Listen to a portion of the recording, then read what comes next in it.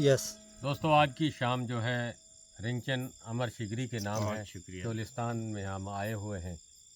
और इनका स्वागत करते हैं। इनकी आमद पे हमने ये शाम रखी है और हमारा पहलवान राम जो है एक और कलाम सुनाएंगे। वाह पहलवान राम वाह।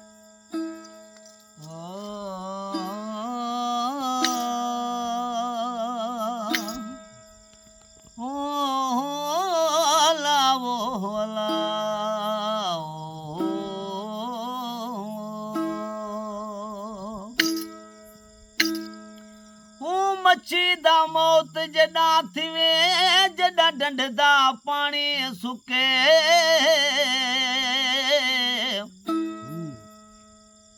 बकरे दा मौत जडा थिवे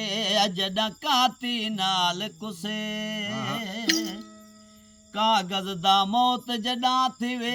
जडा पानी विचों पुसे गुलाम फरीदा आशिक दा मौत जडा थिवे जडा माशूक नाल रुसे शार सजे सलाह कीती शार सजे सलाह कीते हमें कुड़तियन शार निकाली धिके धोड़े खौंदा वदा तेरे सिर दा सवाली बाग वो वेरान थी गया जिंदा कंबरानी हमारी हिते रुगो माण्हू कन तकरार मिलन भी कोन सजन मन ठार हलिया हलू बैल दे ज़ालिम दुनिया छॾे हो दिल रुबा हिते रुगो माण्हू कन तकरार मिलन भी कोन सजन मन ठार हलिया हलू बैल दे ज़ालिम दुनिया छॾे हो दिल रुबा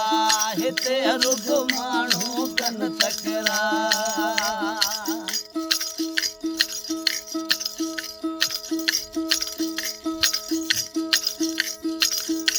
संगती साथी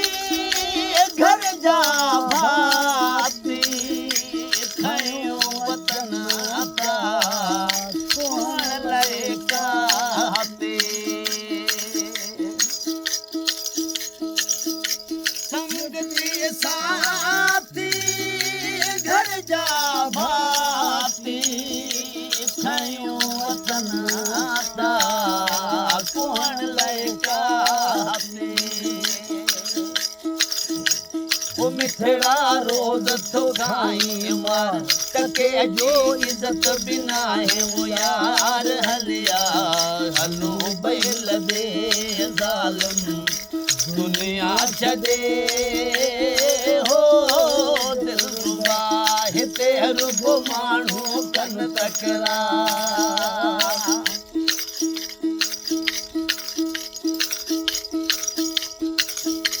प्यारे जद श्यामल जाथे न दिस होते हले पो पकड़ा अड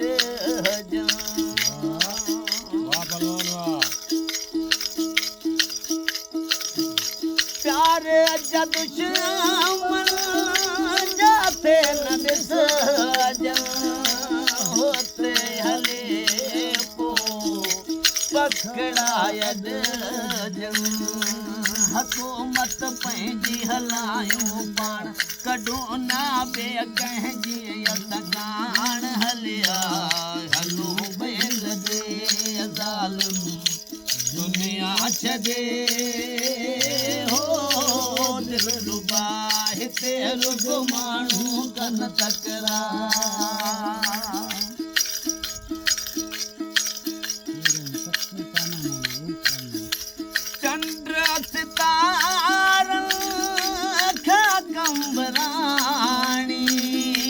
अगते हलूं बे दिल भर जाने